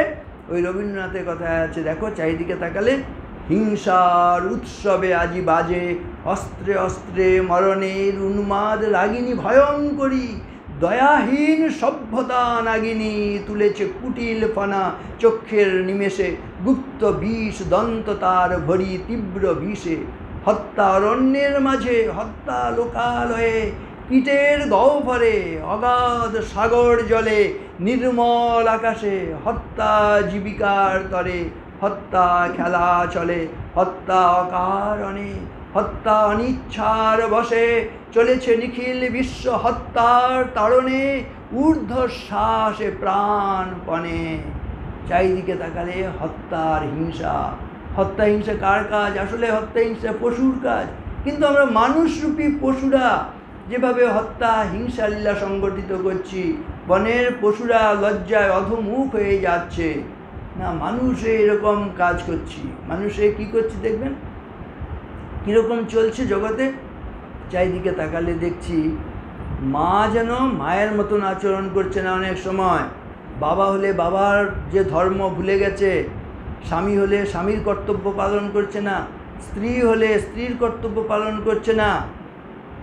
বলছে সেজন্য এই যে অবস্থা, পুত্র পুত্রের মতন আচরণ করছে না, সব কোথায় যেন তাল কেটে যাচ্ছে, ছন্দপতন হচ্ছে। সেজন্য বলা হচ্ছে আপনারে দীপ করি জালো, দুর্গম সংসার পথে অন্ধকারে দিতে হবে আলো, সত্য লক্ষ্যে যেতে হবে অসত্যের বিঘ্ন করি দূর, জীবনের বিনাতন্ত্রে বেসুরে আনিতে হবে সুর। ওই সুর কেটে যাচ্ছে, ছন্দ কেটে যাচ্ছে। ওই মা মার মতন আচরণ করছে না, বাবা বাবার মতন আচরণ করছে, শিক্ষক শিক্ষকের আচরণ করছে না, এরকম সব চলছে, সব স্খলন পতন। সেজন্য এই যে বেসুরু, তাল কেটে যাচ্ছে, সেই গল্পটা বলি। কীরকম তাল কেটে যাচ্ছে? তাল কেটে গেলে কি হয়, তাল না কাটলে কি হয়? একটা দেশে এরকম দুর্ভিক্ষ হয়েছে, সে দেশে দুজন শিল্পী ছিলেন, স্বামী স্ত্রী শিল্পী তারা। স্বামী তিনি বাজনা বাজাতেন আর স্ত্রী নৃত্য করতেন। কিন্তু যখন দুর্ভিক্ষ হয়েছে আর এখন এই শিল্পের জন্য কেউ পয়সা দেয় না, তাদের ভরণ পোষণ হয় না, তারা রাজ্য ছেড়ে পালাতে বাধ্য হলেন ভরণ পোষণের জন্য। পাশের রাজ্য, সেখানে একটু দুর্ভিক্ষ কম, সেখানে রাজপ্রাসাদে গিয়ে দেখছেন ওখানে অনুষ্ঠানাদি হচ্ছে, বার্ষিক উৎসব। রাজাকে গিয়ে বললেন আমাকে একটু অনুষ্ঠান করতে দেবেন। যতই রাজা ভীষণ কিপ্টে, তিনি বলছেন না আমি টাকা পয়সা তোমাদের খরচ শিল্পীর জন্য কিছু খরচ করতে পারবো না। তখন তাদের মনে হলো রাজা নাই দিলেন, নিশ্চয়ই যারা দর্শক তারা কিছু সন্তুষ্ট হইয়া এত দান করিলেন, এরকম আগেকার দিনে ছিল যে ওইরকম কিছু পাবো তাতেই আমাদের হয়ে যাবে। রাজাকে বললেন না আপনাকে একদম খরচ করতে হবে না, আমাদের শুধু অনুমতি দিন, আমরা একটু এই প্রদর্শনী করব, আমরা একটু বাজনা বাজাবো, একটু নৃত্য করবে স্ত্রী, শুধু অনুমতি দিন। তাহলে আচ্ছা ঠিক আছে, তাহলে তোমরা অনুষ্ঠান করো।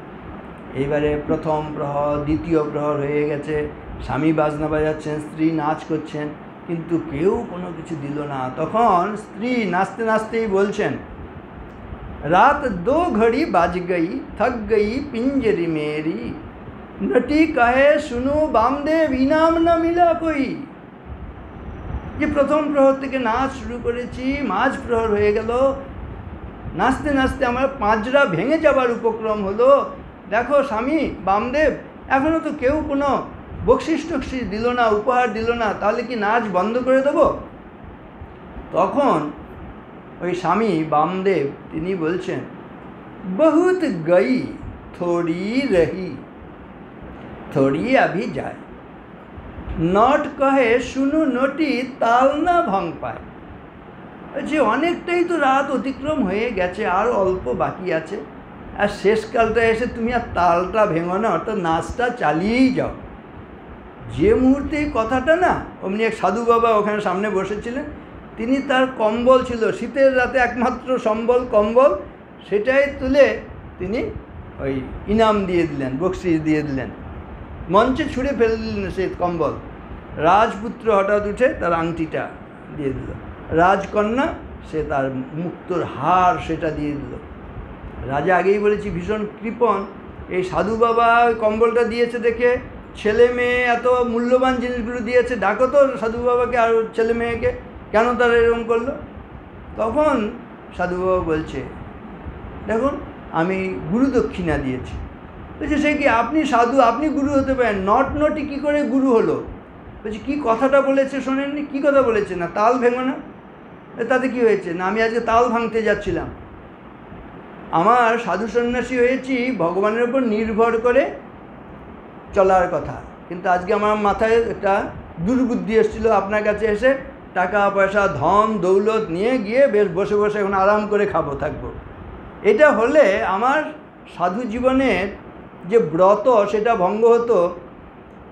মাধুকরী করে খাওয়ার কথা সাধুর, 5 বাড়ি থেকে অল্প অল্প, গৃহস্থের যেন কোনো অসুবিধা না হয়। মধুকর, মৌমাছি যেমন 5টা ফুল থেকে মধু নিয়ে এসে খায়, এক জায়গায় বসে থাকে না, সারাদিন খায় না, কোনো একজন গৃহস্থের উপর বসে না, 5 জনের কাছে অল্প অল্প নিয়ে সেটা সাধুর ভিক্ষা করে খাওয়ার কথা।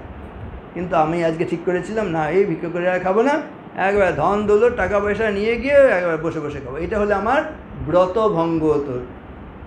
কিন্তু যেই বললো তাল ভেঙো না, এতটা জীবন আমি ভগবানের উপর নির্ভর করে চলছি, আর শেষকালটা এসে তাল ভাঙতে যাচ্ছিলাম, তখন মনে হলো তাল ভেঙো না বলতেই মনে হলো একদিন তো আমার বেশ চলে যাচ্ছিল, আর কটা দিন বাঁচবো, এই শেষকালটা কি আর ভগবান আমাকে দেখবেন না? আমি কেন এসে ব্রত ভঙ্গ করব? সেই জন্য আমি গুরু দক্ষিণা, একে গুরু বলে জ্ঞান করেছি, গুরু দক্ষিণা দিয়ে আমি আবার ঠিক করেছি না, আবার ভগবানের উপর নির্ভর করেই চলবো, তোমার উপর নির্ভর করবো না। আমার তাল ভাঙা হলো না। ছেলেকে জিজ্ঞেস করলেন তুই কেন তাহলে আংটিটা দিয়ে দিলি? বলছে আমিও তাল ভাঙতে যাচ্ছিলাম। কেন? না এখনও তুমি আমাকে রাজ্যটা ছেড়ে দিচ্ছ না, আজকে রাত্রে আমি ঠিক করেছিলাম তোমাকে খুন করে সিংহাসন দখল করবো। রাজা দেখলেন ভয়ঙ্কর, মানে বিপদ থেকে বেঁচে গেছেন, তাহলে তো এরা তো এই তাল ভেঙো না বলে তো দারুণ বাঁচিয়েছে। তা মেয়েটাকে বলছেন তুই কেন? বলছে আমিও বাবা তাল ভাঙতে যাচ্ছিলাম। কেন? এতটা বয়স হয়ে তুমি আমাকে এখনো পাত্রস্থ করছো না, আজকে ঠিক করেছিলাম মন্ত্রীর ছেলেকে নিয়ে পালিয়ে গিয়ে বাইরে গিয়ে সংসার করব। তা আমারও তাল ভাঙা হয়ে যেত। বলছে তাল ভাঙলেই বিপদ, এই জায়গাটা হচ্ছে একেবারে আমাদের প্রত্যেকের ক্ষেত্রে, যে বলছে গৃহস্থস্য ক্রিয়া ত্যাগ ব্রত ত্যাগ বটরপি তপস্বীন গ্রাম সেবা ভিক্ষোরিন্দ্রিয় লোলতা আশ্রমাপ সদা হেতা খলু আশ্রম বিড়ম্বকা দৈবী মায়া বিমূঢ়াং স্থান উপেক্ষে তনুকম্পয়া। এই যে তাল ভেঙে ফেলি কেন? দৈবী মায়া মোহগ্রস্ত হয়ে আমরা তাল ভেঙে ফেলি, আর হিতাহিত জ্ঞান থাকে না। যা দেবী সর্বভূতেষু ভ্রান্তিরূপেণ সংস্থিতা, কী যে করে ফেলছি, কাকে কি বলছি, কিছুই হুঁশ থাকছে না। এই হুঁশ আসবে, চৈতন্য এসে গেলে সব হবে। হচ্ছে গৃহস্থস্য ক্রিয়া ত্যাগ, গৃহস্থ যদি গৃহস্থের ধর্ম পালন না করে, কাউকে ছেড়ে কথা বলেননি, গৃহস্থস্য ক্রিয়া ত্যাগ ব্রত ত্যাগ বটরপি। ব্রতধারী হচ্ছে আমাদের পুত্রকন্যারা, এরা যদি উচ্ছৃঙ্খল জীবনযাপন করে কী করে সংসারটা দাঁড়ায় বলুন? ব্রত ত্যাগ বটর তপস্বীন গ্রাম সেবা, রিটায়ার করে পরে যে জীবনটা সেটা বলছে তপস্বীর জীবন। তা সেই সময় আছে, এর বাড়ি যাচ্ছে ওর বাড়ি যাচ্ছে, এর বাড়ির কথা ওর বাড়ি, ওর বাড়ির কথা যে ঝগড়া লাগাচ্ছে, হচ্ছে এরকম, এগুলো তাল কেটে যাওয়া। আর সাধু সন্ন্যাসী হয়েছে, তবু তার ইন্দ্রিয় চাপল্য কমেনি, সবাইকে বলছে সাবধান, বলছে আশ্রম আপসদা হেতায় খলু আশ্রম বিড়ম্বকা দৈবী মায়া, ওই দৈবী মায়ার দ্বারা বিমুক্ত হয়ে গেলে মানুষ আর ঠিকভাবে চলে না, তখন স্খলন পতন হচ্ছে। সদা নর্তয়তে মায়া জগৎ স্থাবর জঙ্গমম ব্রহ্মাদি স্তম্ভ পর্যন্তম সদেবাসুর মানুষম। দেবতা অসুর যক্ষ রক্ষ সবাইকে নাচাচ্ছে মায়া। এখন এর হাত থেকে রক্ষা পেতে হবে। কি করলে হবে বলেছেন ভগবান, দৈবী হেষা গুণময়ী মম মায়া দূরত্বয়া মামে বচি প্রপদ্যন্তে মায়ামে তাম তদন্তে। সেই জায়গায় যে নাকি তাহলে ভগবানের কাছে আমরা আশ্রয় নেব, তারা হচ্ছে মায়াকে অতিক্রম করতে পারবো। এখন ভক্ত তো, ভক্ত হলে কটা বাধা আছে সেটা বলে শেষ করি, অনেকটা সময় হয়েছে, ধৈর্য আছে? আমরা এই মায়ার হাত থেকে কী করে রক্ষা পাবো? ভালো ভক্ত হলে মায়ার হাত থেকে রক্ষা হয়। ভালো ভক্ত হওয়ার পথে বাধা কোনগুলো বলা হয়েছে বলবেন একসঙ্গে? একটু বলা হোক, নাহলে শুনতে শুনতে ঝিমুনি চলে আসে। একটু কথা বললে একটু বলুন। অত্যাহার প্রয়াসশ্চ প্রজল্প নিয়মাগ্রহ জনসংগশ্চ লৌল্যঞ্চ সর্বীর ভক্তি বিনশ্যতি। ছটা কারণে ভক্তি বিনাশ হয়। কি কি? অত্যাহার, প্রথমেই বলছে বেশি খেয়ে কোনোদিন ভালো ভক্ত হতে পারবো না। এই জীবটা জিতম সর্বম জিতে রসে, রসনা জয় হলে তখন সব জয় করতে পারবো। সেজন্য আমরা কম খেয়ে বেশি ভুগি না, বেশি খেয়ে বেশি ভুগি? বেশি খেয়ে বেশি ভুগি। আর নিমন্ত্রণ বাড়ি পেয়ে গেলে তো রক্ষা নেই, জানি আমার হজম হবে না, হ্যাঁ, আমরা গিয়ে বলছি আমরা খুব পরোপকারী। ওই ওষুধের দোকানিদের যাতে ব্যবসা বাণিজ্য হয়, গাড়ি বাড়ি হয়, তার জন্য একটু বেশি খাই, আর ডাক্তারবাবুদের যাতে গাড়ি বাড়ি হয় সেজন্য আর একটু বেশি খাই। তা নাহলে যে যতটা খাই না, সুস্থ থাকার জন্য অতটা দরকার হয় না। সেজন্য অত্যাহার হচ্ছে প্রথম বাধা ভক্তি লাভের পথে। ঠিক আছে? বলছি মুখ দিয়ে জিভ দিয়ে দুটো কাজ করি, কথা বলি আর খাবার খাই। যে বেশি কথা বলি আর যে বেশি খাবার খাই, বলছে আত্মঘাতী কাজ হয়। জিহ্বে প্রমাণম জানিহি ভাষণে ভোজনে পিচ অত্যুক্তি অতিভুক্তিশ্চ সত্যম প্রাণাপহারিণী। অত্যুক্তি মানে বেশি কথা, বেশি কথা বলা মানেই সর্বনাশ হয়ে যায়, আত্মঘাতী কাজ। আর অতিভুক্তি মানে বেশি খাওয়া। সেজন্য আরেকটা হচ্ছে সুস্থ থাকার জন্য দেখবেন কি করতে হবে, বলছে দুটো বিনা পয়সার ওষুধ খেতে। সুস্থ থাকতে চান সবাই? বলবো বিনা পয়সার ওষুধ একবারে প্রতিটা মানুষের। এটা বড়দের পথে, আর বড়রা ছোটদেরও শিখিয়ে যাবেন, তাহলে তারাও ভালো থাকতে পারবে। পুত্রকন্যা নাতিপুতির ভালো চান তো এইটা শিখে নিয়ে অন্তত একটা কথা শিখিয়ে যাবেন। বলুন, এটাও বলুন। বলুন পরিশ্রম মিতাহার ভেষজে सुलभे मम नित्यं ते सेवमानस्य व्याधिभ्यो नास्ति मे भयम। रोगेर भय थाकबे ना, एकदम व्याधिर भय थाकबे ना।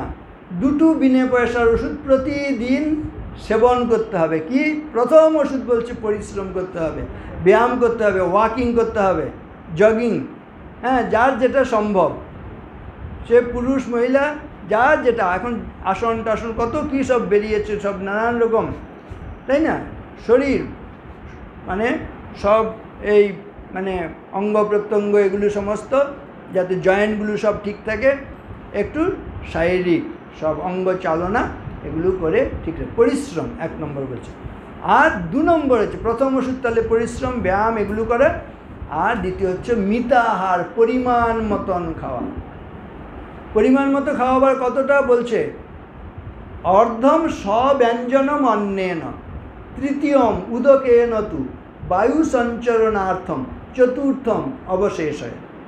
भात तरकारी दिए दो भाग भराबे, पेट के चार भागे भाग करे दो भाग हच्छे भात तरकारी दिए, अन्न व्यंजन दिए, तृतीय भाग जल दिए, और चतुर्थ भाग वायु संचालनेर जन्य अवशिष्ट रखते हबे जाते अक्सिजेनेर फ्लो सब कोषे गिये पौঁছাতে पारे। ওই উনু ভাতে দুনু বল, ভরা পেটে রসাতল। যদি রসাতলে যেতে চান তাহলে ওই ভর পেট গলা পর্যন্ত খাবো আমরা, কিন্তু আমরা বেশিরভাগ তাই করছি জ্ঞাতসারে বা অজ্ঞাতসারে পেটটাকে একদম ডাস্টবিন বানিয়ে ফেলছি।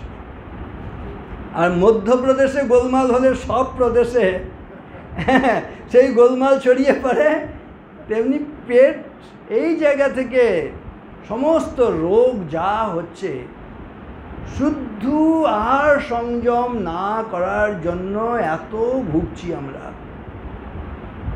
সেজন্য সত্যি ভক্ত হতে হলে, ভালো মানুষ হতে চাইলে, যা হতে চাই, ভালো কিছু করতে চাইলেই প্রথম বাধা শত্রু হচ্ছে অতি ভোজন। জন্য এটা খুব সাবধান। অত্যাহার দু নম্বর প্রয়াস হচ্ছে, বেশি কাজে জড়িয়ে ফেললে ভক্তি বাধা হবে। আমি কাজ ছাড়া থাকতে পারি না, আর দুনিয়ার যত সব কাজ আমার দায় হয়ে গেছে, ঠিক আছে, এরকম না। ঈশ্বরের জন্য যতটা সংসারের জন্য প্রয়োজন ঠিক, মধ্যপন্থা বাড়াবাড়ি সব কিছু খারাপ, এটা যেন না করি। আমরা ওভার টাইম করছি কেন? পরিবারের জন্য, পরিবারের মঙ্গলের জন্য। মঙ্গল হচ্ছে কি ভালো করে দেখবেন, ওভার টাইম করতে গিয়ে ওই যে শরীরটা যে নষ্ট হলো, আপনি 5,000 টাকা বেশি পেলেন, কিন্তু এরপরে কদিন পরে শরীরটা সুস্থ করার জন্য 5 লাখ টাকা চলে যাবে, ওই ভেলোর যেতে হচ্ছে, কত সময় যাচ্ছে, শ্রম যাচ্ছে। ভালো হলো কি? সেজন্য বেশি জড়ানো নয়, লিমিট, সবটা লিমিট আছে। সর্বম অত্যন্ত গর্হিতম অত্যাহার প্রয়াস হচ্ছে। প্রজল্প মানে বেশি কথা বলা, বেশি কথা বলে বেশি দেখবেন মিথ্যা হবে, পরনিন্দা পরচর্চা, আরও অশান্তি বাড়বে শুধু। তাহলে অত্যাহার প্রজল্প করবো না, বেশি কথা বলবো না। নিয়মাগ্রহ, এই অত খুঁতখুঁতুনি দরকার নেই যে ডান দিকে রাখবো বাঁ দিকে রাখবো, ওই উল্টো করে দেবো না সোজা করে দেবো ভগবানের কাছে। ভগবান তো বলেছেন পত্রম পুষ্পম ফলম তোয়ম যৌমে ভক্তিয়া প্রযোচ্ছতি তদহম ভক্তি প্রযুতম অষ্টনামী প্রযত। ভক্তি ভরে তুমি যেভাবে দাও হবে। এত কিছু বলার পরে আবার 1000 জনকে জিজ্ঞেস করছি, আচ্ছা এই উপবাস করব, তাহলে কি কি খাওয়া যাবে? উপবাস মানে হচ্ছে সমীপে বাস, কিন্তু আমরা এমনি সাধারণ দিনে শুধু ভাতটা খাচ্ছি না, বাকি এত আইটেম জড়ো করছি। সাগর মজা করে বলছে কৃষ্ণ কিশোরের একান্ত উপবাস, অন্য দিনের চাইতে বেশি আইটেম জোগাড় করে ফেলছি, এইটা উপবাস নয়। তা সেরকম এরকম নিয়ম বেশি যারা নয়, ভাবটা মূল কথা। তাহলে অত্যাহার প্রয়াসশ্চ প্রজল্প নিয়মাগ্রহ জনসংগশ্চ লৌল্যঞ্চ, বেশি আড্ডা এসব নয়, আর লৌল্যঞ্চ বেশি লোভ করো না, এগুলো ভক্তির হানি। আর ভক্তির পথে আবার কোনগুলো সহায়ক সেগুলোও বলছে, উৎসাহাত নিশ্চয়াত ধৈর্যাত তৎতৎকর্ম প্রবর্তনাৎ সঙ্গত্যাগা সতো বৃত্তে সর্বীর ভক্তি বিনশী। আমাদের যেটা প্রশ্ন করবেন সব হচ্ছে দেখবেন আমাদের পূর্বপুরুষরা শাস্ত্রকারেরা বলে গেছেন, এ তো এত বলার অবকাশ নেই, সারাদিন সারা জীবন বললেও শেষ হবে না। আমার ওই মূল্যবোধে ধন্য জীবন বলে একটা বই আছে, এখানে অনেকেই সেই বই নিয়েছেন, অনেকে উপহার দিয়েছেন, অনেকে কিনে নিয়েছেন, আজকেও আমার সঙ্গে আছে, কেউ মনে করলে নিতে পারেন। 180 টাকার বই আমরা 130 টাকায় দিই, যে কেউ মনে করলে সেই বই নেবেন। প্রতিটা পৃষ্ঠায় পৃষ্ঠায় এরকম শাস্ত্রের কথা সুভাষিত, সেখানে বিভিন্ন ফর্মুলা, ওই যে ওয়াচ ফর্মুলা বললাম, তেমনি ABC ফর্মুলা, এ থেকে জেড পর্যন্ত আছে। ফ্যামিলি একটা কী করে ভালো চলে ওখানে বলেছি, FAMILY, father and mother I love you. Family কথার ব্যাখ্যা কী? FAMILY ফ্যামিলি তো, F দিয়ে ফাদার, A দিয়ে অ্যান্ড, M দিয়ে মাদার, আই বড় হাতের আই, L দিয়ে লাভ, ওয়াই ফর ইউ। একটা পরিবার কখন ভালো হবে? Father and mother I love you. ভয় পাই আমরা সবাই, ভয় পেলে কী করি? FEAR, fear. ফিয়ার ফর্মুলা বলা হয়েছে, forget everything and run. Fear, ভয় পেলে সব পালিয়ে যায় না, সব এত যে শিক্ষা দীক্ষা আছে সব ভুলে গিয়ে পালিয়ে যায়। কিন্তু এটাকে আবার কি করে জয় করব? ফিয়ারের মধ্যেই আছে। ওই ফরগেট এভরিথিং অ্যান্ড রানের জায়গায় বলা হচ্ছে ফেস এভরিথিং অ্যান্ড রাইজ। শান্তি চাই তো, শান্তি ইংরেজি কি? পিস। কী করলে শান্তি? ফর্মুলায় বলা হয়েছে PEAC, P ফর পিওরিটি, পবিত্রতা থাকবে, E ফর এন্ডিউরেন্স, সহ্য করব, A ফর অ্যাপ্রিসিয়েশন, অন্য গুণ থাকলে সেটাকে, C হচ্ছে কোঅপারেশন, E হচ্ছে এমপ্যাথি। এগুলো শান্তি লাভ করতে, এই কটা মনে রাখলে দেখবেন শান্তি। এইভাবে নানানভাবে বোঝাবার চেষ্টা করা হয়েছে। তা যাই হোক, এ কথা বলার কোনো শেষ নেই। তা বেশি কথা বললে আমারও বললেন আত্মঘাতী কাজ হচ্ছে এবার। তা আমাকেও রক্ষা করবেন, আপনাদেরও রক্ষা হবে। তা সবাই ভালো থাকবেন। আর স্বামীজির বাড়িতে যাবার, আপনাদের বাড়ি এলাম, এবার আমাদের বাড়ি যাবেন। স্বামীজির বাড়ি, আমাদের বাড়ি মানে স্বামীজির বাড়ি, বেলুড় মঠ, তাই না? সেখানে যাবেন। এই তদ বসতি স্থলে, আসক্তি তদ গুণাখ্যানে, প্রীতি তদ বসতি স্থলে। এগুলো হচ্ছে সত্যিকারের ভাব। আসক্তি তদ গুণাখ্যানে, ভগবানের কথা গুণ, এইটাতে আমার আসক্তি হবে, সংসারের প্রতি আসক্তি না, ভগবানের কথা শোনার প্রতি আসক্তি। আর প্রীতি তদ বসতি স্থলে, এই মন্দিরে আসার জন্য প্রীতি হবে, বেলুড় মঠে স্বামীজির বাড়ি তীর্থস্থানে যাওয়া, এইগুলো হচ্ছে প্রীতি, যেখানে ভগবান থাকে। এইগুলো হচ্ছে জাত ভাবান করে যাবে। এই সর্বভাবময় ঠাকুর, অনন্ত ভাবময় ঠাকুর, এই ভাবগুলোর মধ্যে দুটি ভাব আমি বললাম, এরকম অনেক কয়েকটা ভাব আছে, সময় নেই, বলা যাবে না, বইয়ের মধ্যে সব বলা আছে। আশা করি সেগুলো দেখে সবাই শান্তি লাভ করবে। ওম শান্তি শান্তি শান্তি, হরি ওম তৎসৎ। শ্রীরামকৃষ্ণার্পণমস্তু। প্রাণারাম প্রাণারাম প্রাণারাম প্রাণারাম প্রাণারাম প্রাণারাম। কি যেন লুকানো নামে তাই মিষ্ট এত তব নাম। প্রাণারাম প্রাণারাম।